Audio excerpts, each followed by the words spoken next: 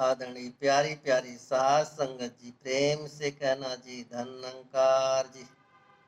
सास संगत आपकी चरणों में समर्पित कुछ छोटे छोटे प्रसंग, भूल त्रुटि के लिए दास को क्षमा। जैसे कि भक्तों, दुख परेशानी विपत्ति ये सब जीवन के हिस्से व किस्से हैं। इसे जीवन का एक हिस्सा समझकर बिताना है। इसमें किस्मत को मत ठुकराओ, क्योंकि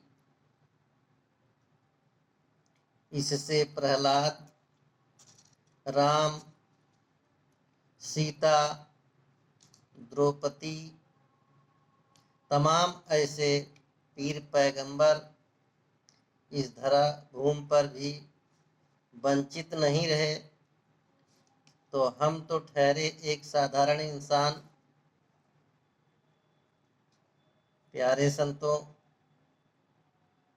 दूसरे स्टेप में सदगुरु का आशीर्वाद यानी रहमत बरस रही है।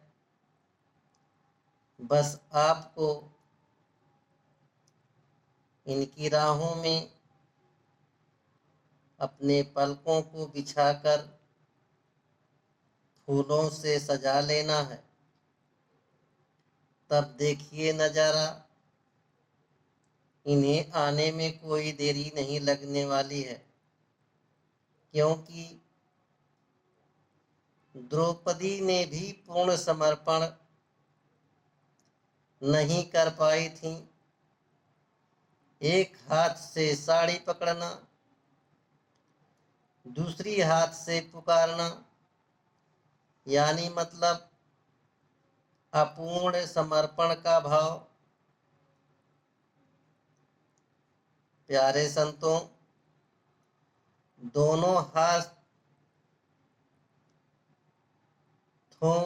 दोनों हाथों की जरूरत है। दूसरे शब्दों में, बिना साकार के निरंकार का दर्शन नहीं हो सकता। प्यारे संतों, दोनों हाथ से यदि पूजा अर्चना करके बुलाया जाएगा तो ये साकार निरंकार हमेशा हाजिर नाजिर है। लेकिन जब संशय का दायरा रहेगा तो ये साकार निरंकार का एहसास कैसे हो सकता है। प्यारे संतों, निरंकार के एहसास में मात्र पल भर के एहसास की देती है भवसागर से पार उतारा हो सकता है। यानी आप सब जानते हो, कलयुग केवल नाम धारा, सुमिर सुमिर नर उतर ही पारा। यानी नाम से आत्मा का कल्याण हो जाता है।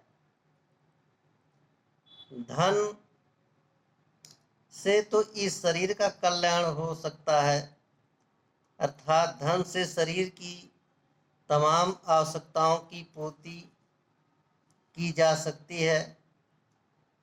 लेकिन नाम से आत्मा का कल्याण होना है। और सद्गुरु हमारे आत्मा के कल्याण की चरण धूलि दे रहे हैं जगह जगह जा करके। प्यारे महापुरुषों,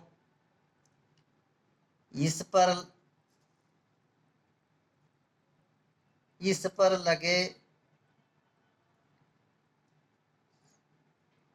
प्यारे संतों, इस शरीर पर लगे कचरा को साफ करने के लिए पानी आदि की आवश्यकता पड़ती है, मगर मन में जो कचरा है यानी मन में जो विकार है उसे साफ करने के लिए, निर्मल करने के लिए गुरु की संगत अर्थात गुरु के एहसास में गुरु के बंदों की चरण धूली हर दिन हर सप्ताह चरण धूली लेना जरूरी है। प्यारे संतों, अक्सर हम गीत भजन भी गाते हैं कि तन को धोया मगर मन को धोया नहीं, बात गंगा नहाने से क्या फायदा। दूसरी तरफ अब पछताने होत क्या, जब चिड़िया चुग गई खेत। प्यारे संतों,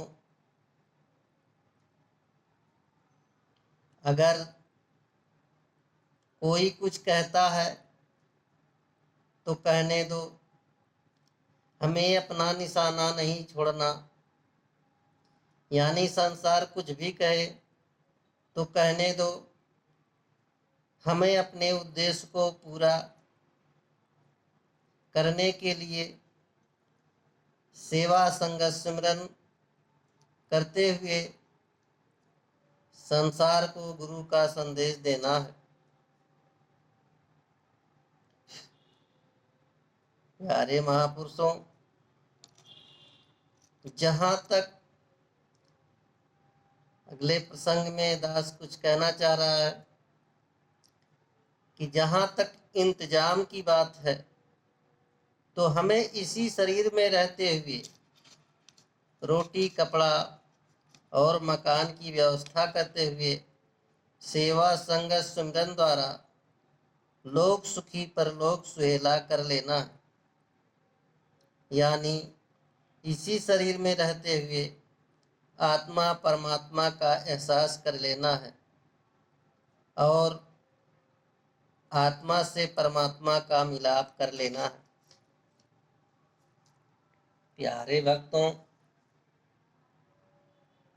हमारा तो गुरु ज्ञान के बाद स्वभाव बन जाता है कि हम तो झुक कर सलाम करते हैं, यानी धन निरंकार करते हैं,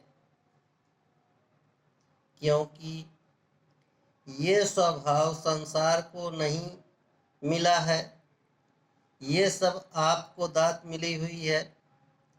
संसार तो अपने मान प्रतिष्ठा धन दौलत पद प्रतिष्ठा के आगे झुकना ही नहीं चाहता और बगैर चरणों में झुके सद्गुरु की कृपा के पात्र नहीं बन सकते। और जब पात्र नहीं बन सकते तो आत्मा का कल्याण नहीं हो सकता। संतों, प्यारे संतों, जहां तक विश्वास की बात है, सतयुग में प्रहलाद को, त्रेता में सबरी को, सीता को कि मेरे स्वामी जरूर आएंगे, मुझे रिसीव करने लंका जरूर आएंगे। मीरा को विश्वास हुआ तो अपना घर त्याग दिया।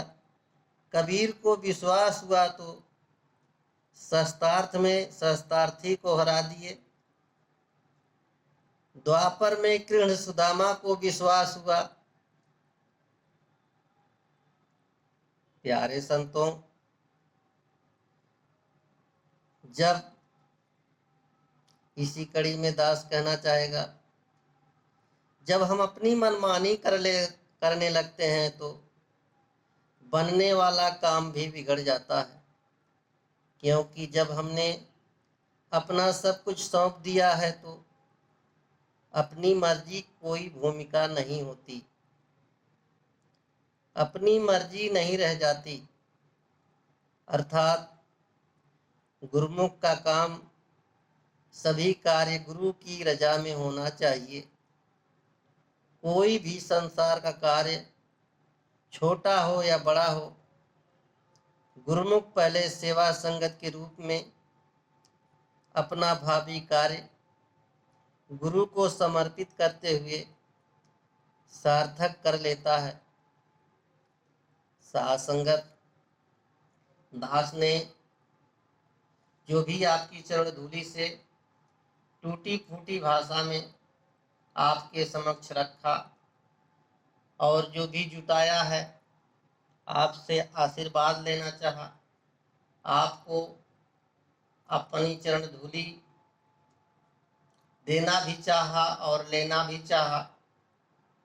साध संगत बोलने के दौरान अगर दास से कोई त्रुटि हुई होगी तो अपने गोदी का बच्चा जानकर दास को क्षमा कर देना और जो इसमें कुछ अच्छाइयाँ लगी होंगी उसको ग्रहण कर लेना, बाकी शेष छोड़ देना। प्यारी प्यारी साध संगत जी, प्रेम से कहना जी, धन्यवाद जी।